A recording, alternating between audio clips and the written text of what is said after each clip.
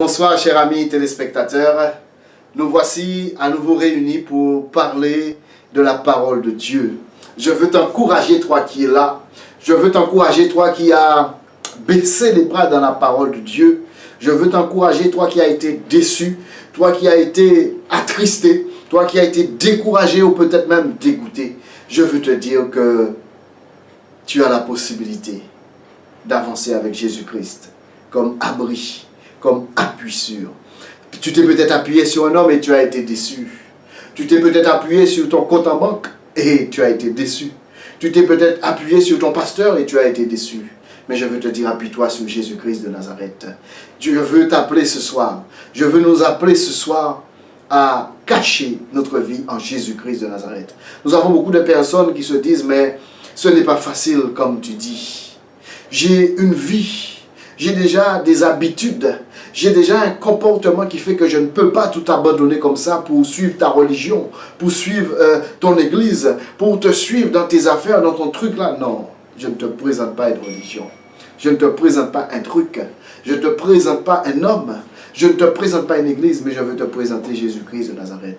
Tu dois demander au Seigneur, d'abord d'entrer dans ta vie, de faire de lui, qu'il fasse de toi plutôt son enfant, et que toi tu fasses de lui ton Seigneur, ton Sauveur. Jésus peut t'aider, mon ami. Jésus peut t'aider, toi, mon frère, ma soeur. Jésus peut t'aider, toi qui as été dégoûté par les pasteurs, toi qui as été découragé. Tu peux revenir. Tu repartis dans la débauche parce que tu t'es dit, mais vaut mieux retourner dans le monde après tout ce que je vois. Mais je te dis non. Le salut est personnel. Tu auras des comptes à rendre à Dieu, toi, personnellement. Ce que moi je vais faire, j'aurai des comptes à rendre à Dieu. Je veux te dire, reviens. Et je veux nous exhorter en cet instant dans la sainteté. Quelquefois on dit que c'était plus fort que moi. Quelquefois on dit, mais je n'ai pas pu. Dieu te dit qu'il n'y a rien qui sera au-dessus de tes forces. Tu peux résister, mon frère, ma soeur. Tu peux résister, mon ami. Oui, toi qui es là, tu peux résister. Le péché, c'est quelque chose qui vient du diable. Si tu as donné ta vie à Jésus-Christ de Nazareth, je peux te dire que c'est possible. C'est possible de dire non au péché sur toutes ses formes. C'est possible de dire non à la fornication. C'est possible de dire non à l'adultère. C'est possible de dire non, quel que soit le péché qui arrive. C'est possible. Mais il faut qu'en amont, tu demandes à Dieu de te préserver. Il faut qu'à l'avance, tu demandes à Dieu de te préserver et que tu dis à Dieu, que tu demandes à Dieu de mettre en toi le dégoût du péché. Trop souvent, nous disons que la chair est trop faible. L'esprit est disposé, mais la chair est faible. Je veux te dire, mon ami, je veux te dire, mon frère, ma soeur, toi qui es là, que c'est possible de vaincre le péché. Quelquefois, nous sommes vaincus par le péché. Mais c'est possible de vaincre le péché. Si tu le veux de tout ton cœur, si tu le veux de toute ta force, si tu le veux de toute ton âme, tu vas prier pour cela. Tu vas dire, Seigneur, il y a un moment où la chair voudra prendre le dessus. Mais que tu sois là, Saint-Esprit. Toi qui convaincs de péché, de justice, de jugement. Que tu sois là pour me dire, stop. Que tu sois là pour me dire, arrête. Je veux te dire, toi qui es là, toi qui vis dans le péché, toi qui vis consciemment dans le péché, que tu ne trompes pas Dieu. Que tu ne trompes pas Dieu. Tu peux tromper les hommes. Tu peux tromper ton pasteur. Tu peux tromper tes fidèles. Tu peux tromper ton épouse. Tu peux tromper ton époux. Mais tu ne trompes pas Dieu. Et tu ne peux pas dire que c'était plus fort que moi. Pourquoi? Parce que Dieu avait déjà prévu tout cela. Dieu avait déjà prévu qu'il y aura certains qui vont dire que c'était trop fort. Et qui vont même utiliser sa parole. La chair est faible, l'esprit est disposé.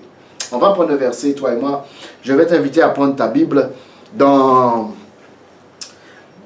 1 Corinthiens 10. Nous allons prendre la parole de Dieu. Et parce que trop souvent, nous avons même des bien-aimés, même des pasteurs qui vont jusqu'à dire que oui, mais nous sommes des hommes. C'est vrai, nous sommes des hommes, mais Dieu nous appelle à traiter durement notre corps, afin qu'après avoir prêché la parole, que nous ne soyons pas nous-mêmes disqualifiés. Toi qui es homme de Dieu, toi qui prêches la parole, c'est facile de dire ne jugez pas. C'est facile de dire mais si quelqu'un tombe, prie pour lui. Mais nous aurons des comptes à rendre à Dieu, c'est vrai. Chacun aura des comptes à rendre à Dieu de ce qu'il fait.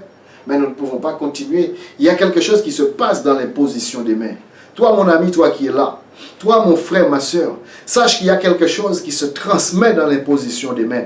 Nous ne pouvons communiquer que ce que nous avons en nous. Si tu as l'impudicité en toi, tu vas communiquer l'impudicité à tes fidèles. Si tu as la fornication en toi, tu vas le communiquer. Nous ne pouvons transmettre que ce que nous avons en nous. C'est pour cela que nous disons, que nous encourageons, que nous demandons aux bien-aimés de ne pas laisser n'importe qui leur imposer les mains. Mais quelquefois ton pasteur, quelquefois ton responsable, quelquefois celui-même qui te prêche la parole, il est quelquefois dans le péché.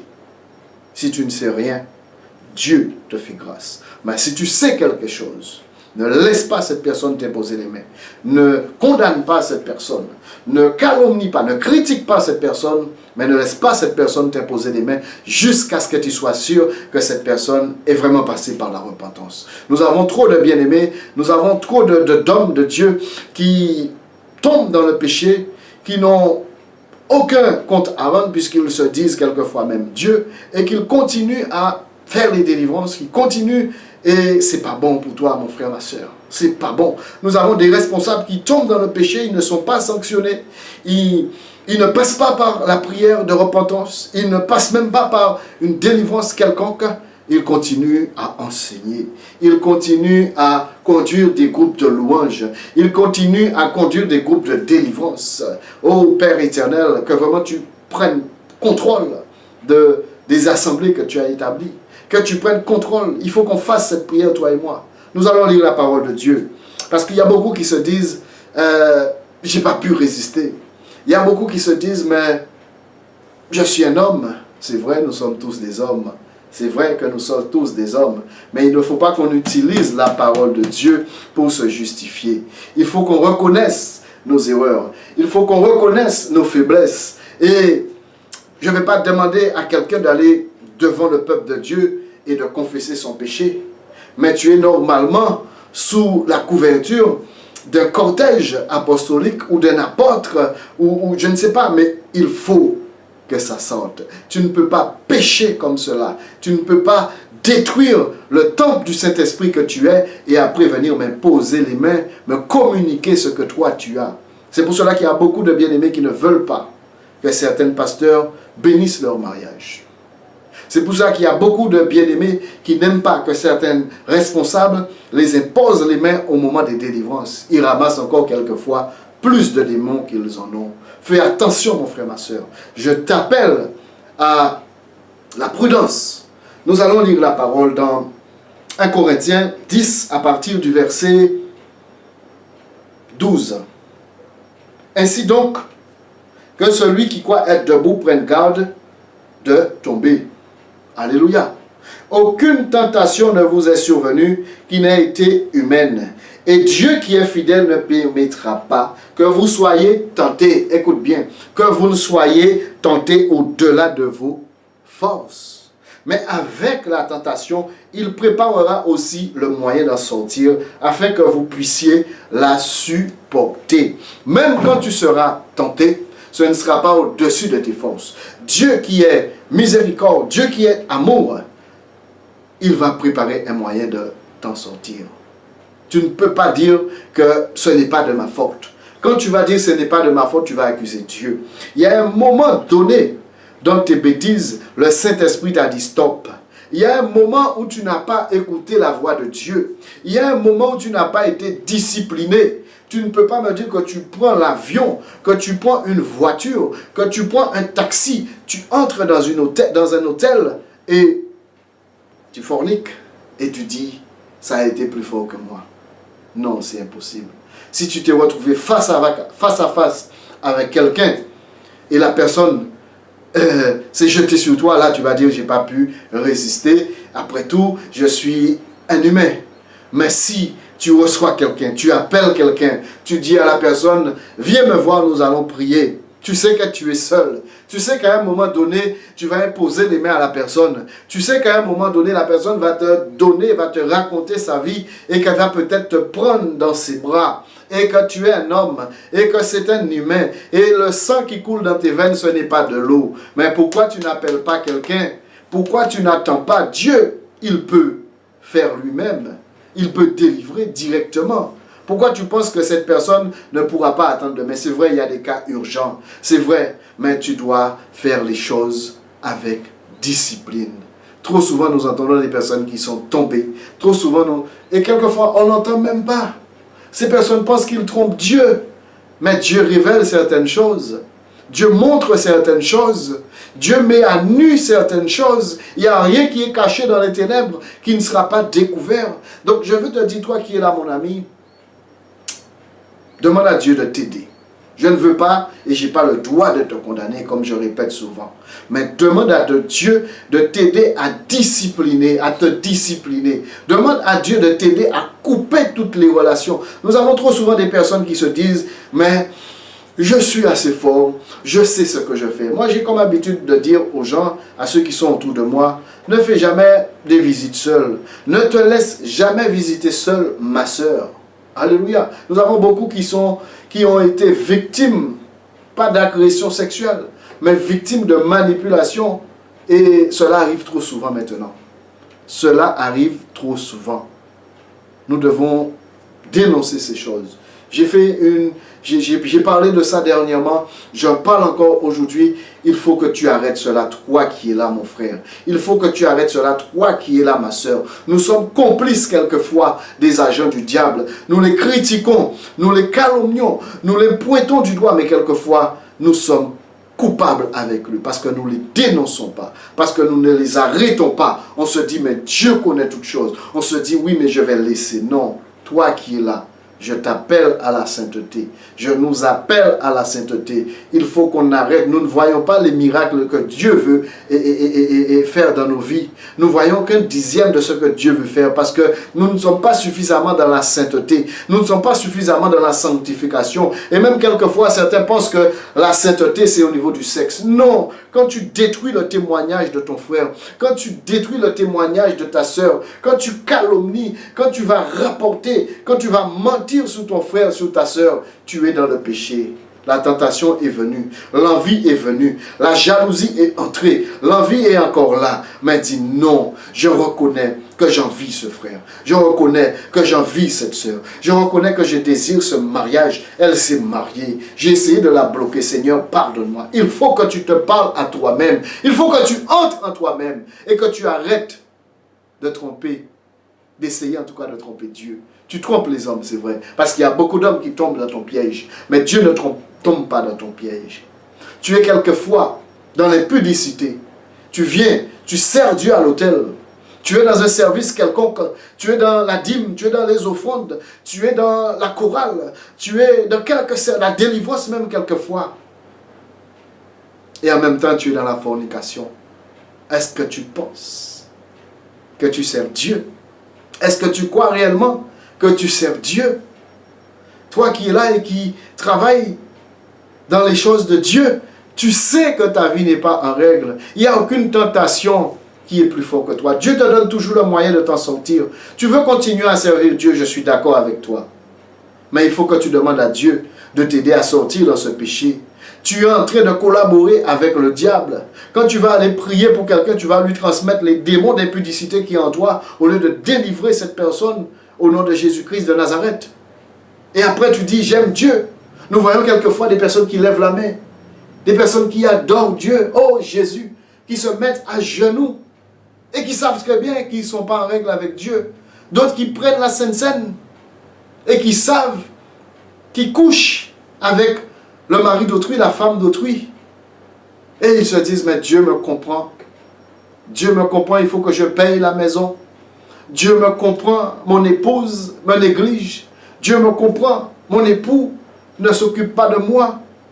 Mais je peux demander pardon ce matin et prendre la Sainte Seine.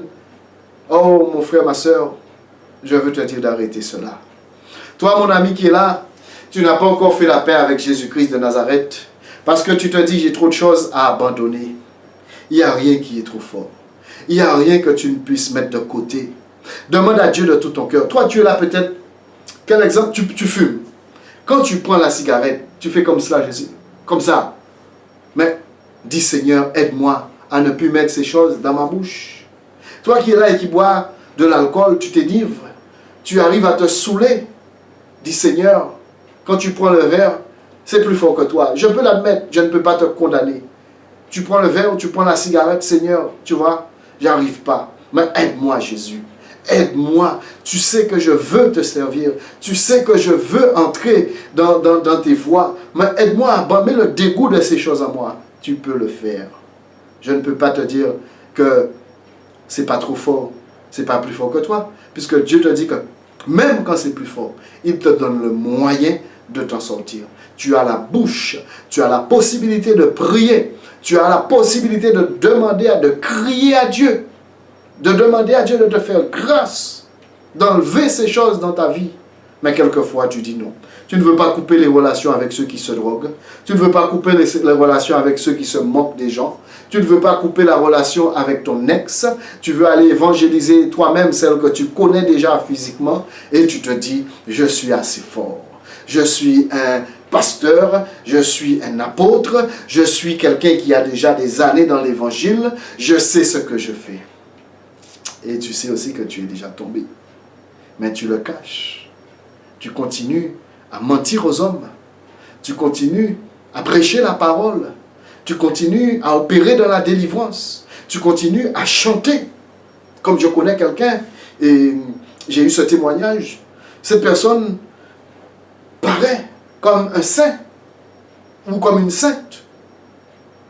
Cette personne fait des bêtises dehors. Viens. Oh, se met à genoux quelquefois, reprend les autres, critique les autres. Mais cette personne a été dans le péché, ne s'est jamais repentie. Est-ce que vous pensez qu'on trompe Dieu? Est-ce que vous pensez qu'on peut couillonner Dieu? Qu'on peut badiner Dieu, si tu connais ce terme? On continue à lever les bras, à crier à Dieu devant les hommes. Mais Dieu voit que nous sommes des menteurs, que nous sommes des agents du diable. Cette personne trompe Dieu, d'après elle. Mais c'est impossible. On ne se moque pas de Dieu.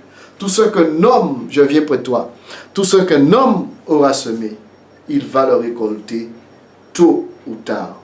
Ton corps est le temple de Dieu. Tu te moques de Dieu et Dieu te dit, arrête.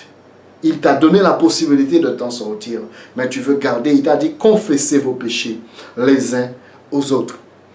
Tu as confessé ton péché. Est-ce que la personne à qui tu as confessé a prié avec toi? Est-ce que la personne à qui tu as confessé a prié pour couper les liens de sang? Tu étais dans un travail. Tu es chrétien. Tu as sympathisé avec tes collègues. Tu t'es débrouillé pour avoir des relations avec tes collègues. Tu sers Dieu. Tu reviens à l'église. Tu continues à servir Dieu. Tu l'as peut-être avoué à quelqu'un. Mais ça ne suffit pas. Il y a un mariage qui s'est fait dans le monde invisible. Je ne sais pas si tu es marié ou célibataire. Mais si tu as commis un péché sexuel, tu as un mariage à trois. Ou alors tu es marié maintenant. Donc tu vas prier toute ta vie pour le mariage. Mais devant le diable, devant Dieu, tu es marié. Même quand tu n'as pas d'alliance dans ton droit, le diable dit, ah, elle a une alliance. Parce que tu sais qu'il y a eu acte sexuel et il y a eu mariage. Et nous avons beaucoup de bien-aimés qui tombent dans ce piège et qui restent des années et des années à servir Dieu, à crier à Dieu pour le mariage, mais qui n'ont jamais confessé leur péché, qui n'ont jamais coupé ce lien de sang, qui n'ont jamais avoué qu'ils se sont mariés physiquement, sexuellement avec un homme, avec une femme. Et nous voyons des personnes qui restent toute leur vie spirituelle célibataires. Et ils parlent de lien ancestral. Non! Tu as accepté Christ dans ta vie. Toute chose ancienne est bien passée. Toute chose est devenue nouvelle. Mais quand tu as accepté Christ dans ta vie, tu as coupé cette relation avec Christ en couchant avec un homme, avec une femme. Et tu n'as pas coupé cela dans ta vie, ce lien de sang. Parce qu'il y a mariage dans le monde invisible. Mon frère, ma soeur, je viens t'encourager à la sainteté. Je viens te dire qu'il faut arrêter cela. Il faut que tu dis stop. Tu as été dégoûté, toi qui es là. Je viens t'appeler à revenir. Nous avons débuté par cela, mais je reviens vers toi. Toi qui as été trompé par un homme dans l'église. Toi qui as été trompé par une femme dans l'église. Et tu te dis maintenant, je ne veux plus entendre parler de religion. Oui, c'est vrai. Arrête avec la religion. Maintenant, entame une relation avec Jésus-Christ de Nazareth. Appuie-toi sur Jésus-Christ de Nazareth. Demande à Jésus de t'emmener dans une vie de sainteté, dans une vie de sanctification. Oublie les hommes. Fixe. Comme j'ai un pasteur qui dit souvent, focus, pasteur Pépé.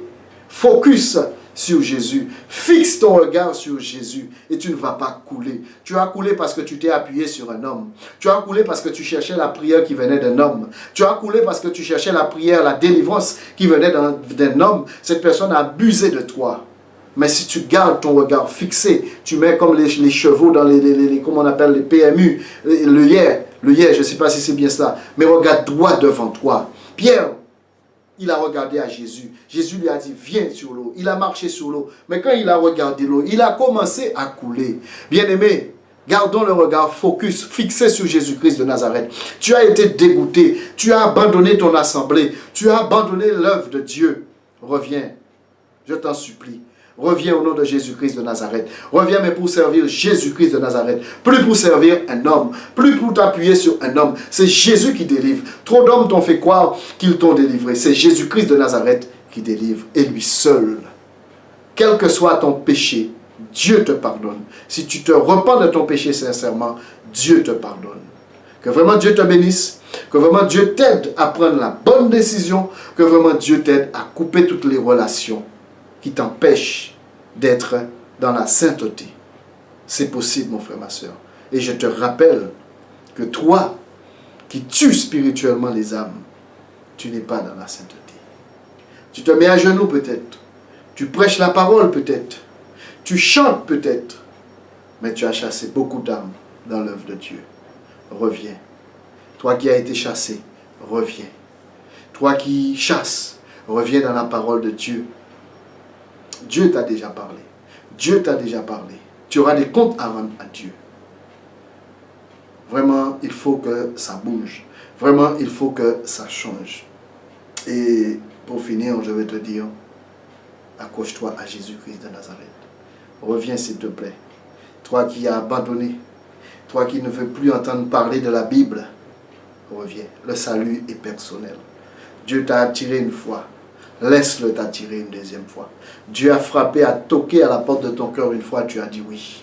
Il te parle en cet instant. Dis à nouveau oui. Viens vers lui. Ne reviens plus vers un homme. Ne t'appuie plus sur un homme. Ne t'appuie plus sur une femme. Que le Saint-Esprit soit ton guide. Que le Saint-Esprit soit ton associé. Que le Saint-Esprit te donne la direction. Ne cherche plus à trouver la direction venant d'un homme. Tu seras déçu. Tu seras dégoûté, tu seras vraiment abattu. Alléluia, je t'encourage à donner ta vie à Jésus-Christ de Nazareth. Toi qui es là et qui ne l'as pas encore fait, donne ta vie à Jésus. Quel que soit ce que tu traverses, il peut t'aider. N'attends pas de tout abandonner pour lui donner ta vie. Donne-lui ta vie telle que tu es. Ne dis pas que je dois abandonner la drogue. Ne dis pas je dois abandonner l'alcool. Ne dis pas je dois abandonner les femmes. Ne dis pas je dois abandonner les hommes. Ne dis pas je dois abandonner cette vie. Donne-lui ta vie comme tu es. Il est venu pour les malades. Il n'est pas venu pour ceux qui sont portants. Il va te changer. Il va changer ta vie. Il va t'aider à tout abandonner. Souviens-toi, rappelle-toi, le salut est personnel. Et je viens te rappeler, je viens te dire que nous avons une éternité, nous avons beaucoup entendu. Après la mort, c'est Tibet. Je viens te dire que c'est en partie seulement vrai. Pour ton corps, pour la chair, ce sera Tibet, comme on dit. Mais tu as une éternité. Il y a une mort éternelle. Il y a une vie éternelle. Et tu dois faire le choix de ton vivant. Ce n'est pas quand on va allumer des bougies que tu seras sauvé. C'est maintenant que tu dois dire, je choisis la vie éternelle. Je veux que mon nom soit inscrit dans le livre de vie. Et tu dois faire ce choix maintenant. Alléluia. Et quel que soit ce que l'homme va te dire, appuie-toi sur Jésus-Christ de Nazareth. Amen.